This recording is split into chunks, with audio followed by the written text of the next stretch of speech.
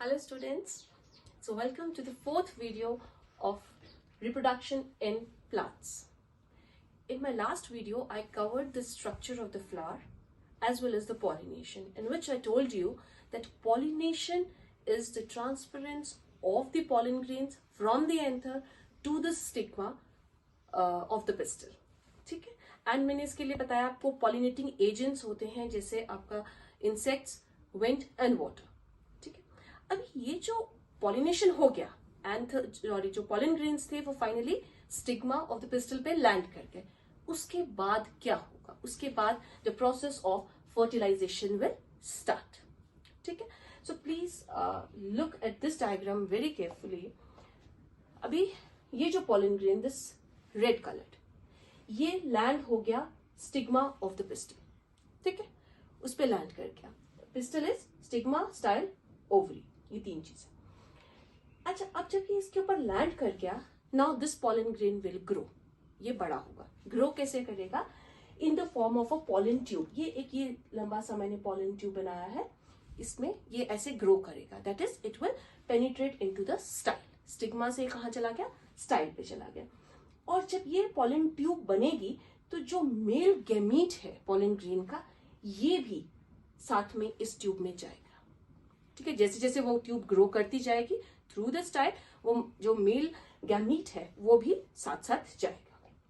ठीक है, now please look here in this diagram. ये पॉलन ग्रेन, ये pollen tube, this blue dot is the male gamete. ठीक है, ये जा रहा है through the style. Now in the ovary it will enter the ovule. ठीक है, ये ओव्यूल में ये जो blue dot mail nucleus, male gamete, ये जाएगा, ऐसे ऐसे जाएगा और फाइनली इट विल रप्चर, तोड़ देगा अपना जो टिप है. ओव्यूल में जाने के बाद जो पॉलन ट्यूब है वो रप्चर हो जाएगी, वो आगे से बर्स्ट हो जाएगी और जो मेल गैमीट है वो वहां से निकल जाएगा, क्योंकि मेल गैमीट भी जा रहा था. वहां पर क्या पड़ा हुआ है? Female gamete, that is egg.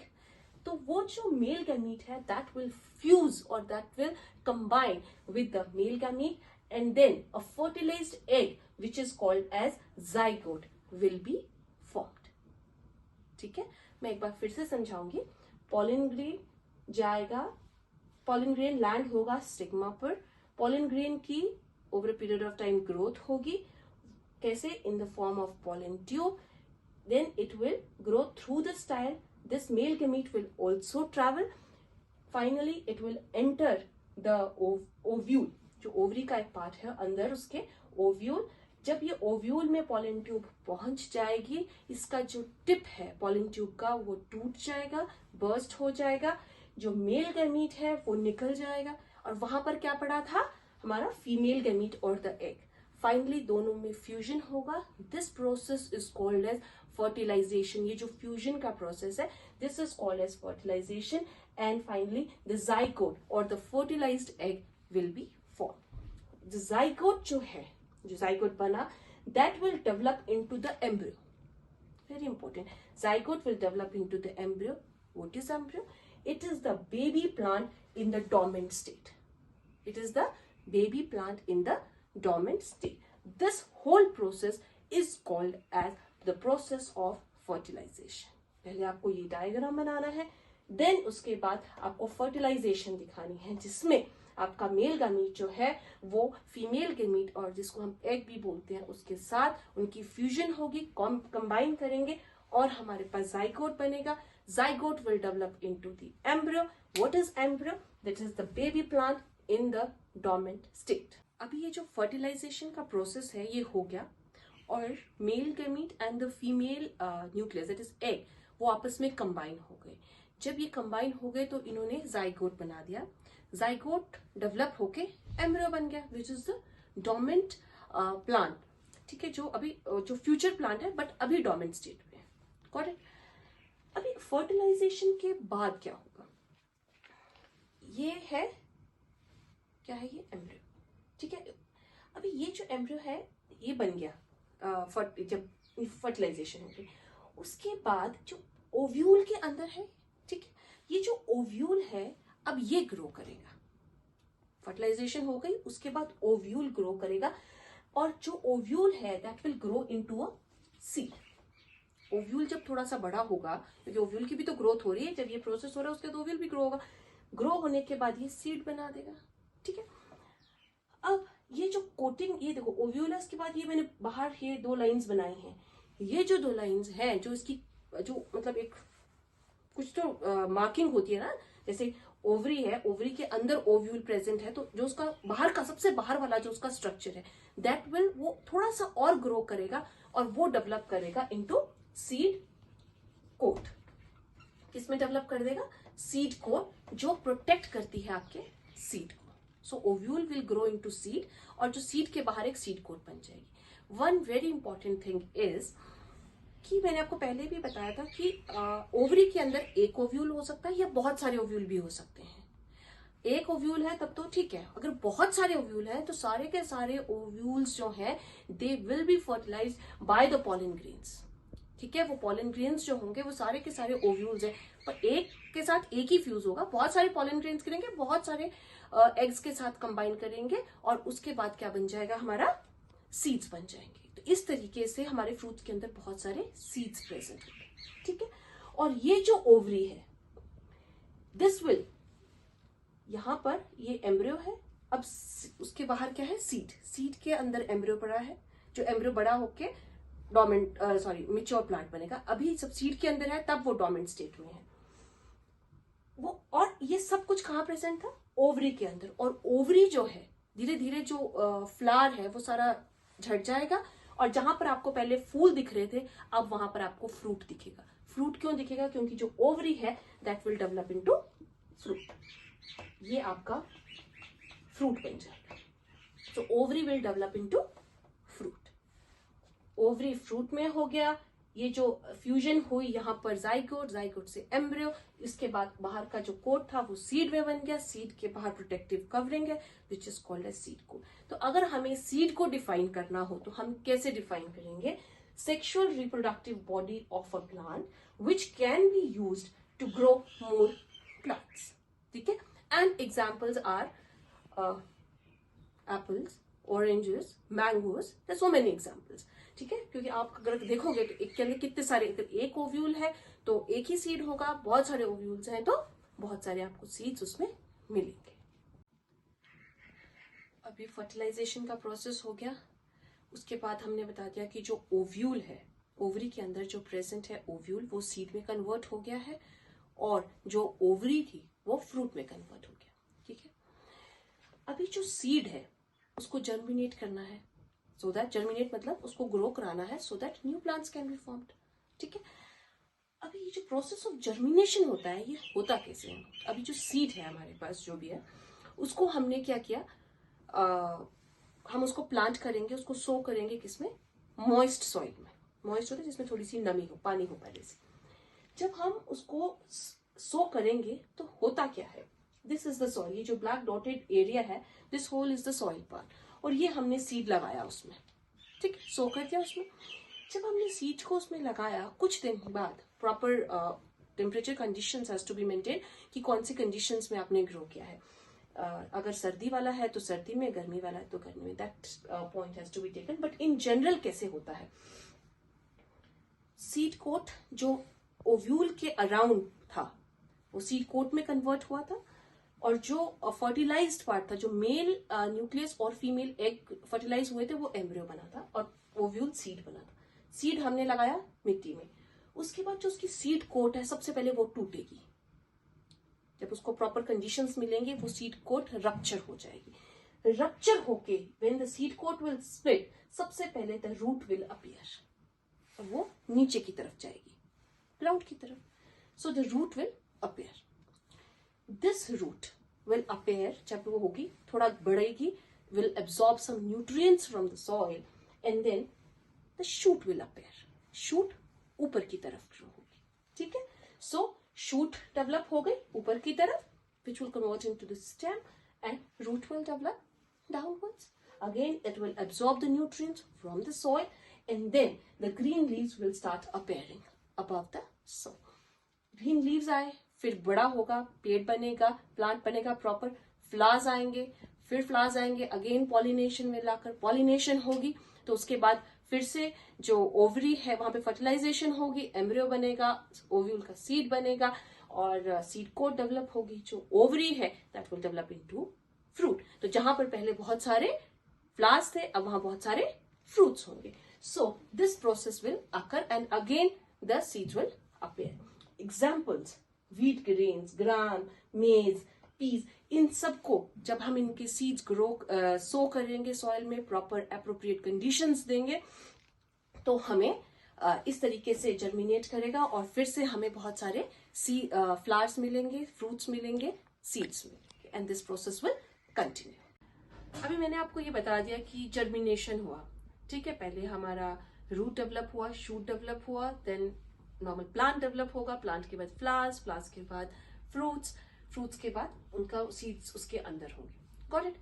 पर ये डिस्पर्सल कैसे सीड्स का होगा? डिस्पर्सल का मतलब होता है scattering of seeds over a wide area.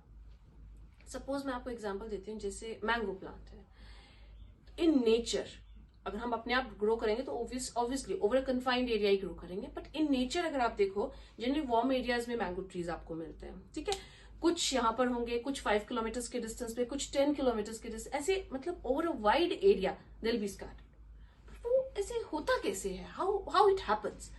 So seeds are dispersed to different places by the natural agents such as wind, water and animals, ठीक है। अगर सपोज जैसे ऑरेंज ट्री ले लो, हम ऑरेंज ट्री ले लेते हैं, अगर उसमें फ्रूट लगा, ऑरेंजेस लगे, वो नीचे गिरेगा, obviously when it ripens it will fall down on to the ground. वहीं अगर सारे सीड्स डिस्पर्स हो जाते हैं और वहीं सारे लग गए, तो वहां पर तो हो जाएगा that called survival of the fittest हो जाएगा। जो एक होगा वो एक आधा ग्रो करेगा, बाकी सब खराब हो जाएंगे, क्योंकि इतने ज्यादा अगर ग्रो करेंगे एक ही एरिया पे तो क्या होगा, वहां पे तो ओवर क्राउडेडनेस हो जाएगी for sunlight, for water, for nutrients. उतनी तो जगह ही नहीं है, उतने से एरिया में कहाँ ग्रो करेगा। सो हमारी नेचर ने कुछ ऐसे मैकेनिज्म्स, कुछ ऐसे फिनोमिनन जो है वो डिस्कवर किए हैं सो दैट सारे ऑलमोस्ट जितने भी सीड्स हैं उन सबके प्लांट्स बने और कम से कम वेस्टेज हो और ओवर क्राउडेडनेस ना हो। सो इसलिए जो है नेचुरल एजेंट्स जैसे विंड है, वाटर है, एनिमल्स है, इनके थ्रू जो सीड्स हैं, फ्रूट्स हैं, दे आर डिस्पर्स्ड। अब ये फ्रूट्स क्यों डिस्पर्स? सीड्स होने चाहिए, कई बच्चे बोलेंगे फ्रूट्स क्यों डिस्पर्स? फ्रूट्स के अंदर ही सीड्स प्रेजेंट है ना, तो इसलिए कई बार क्या होता है फ्रूट्स भी डिस्पर्स होते हैं। सबसे पहले हम करते हैं डिस्कस थ्रू विंड। विंड के थ्रू कैसे होता है? Seeds and fruits either have wing like structure or they have hairs or they are very light which helps them to be easily carried away by the wind।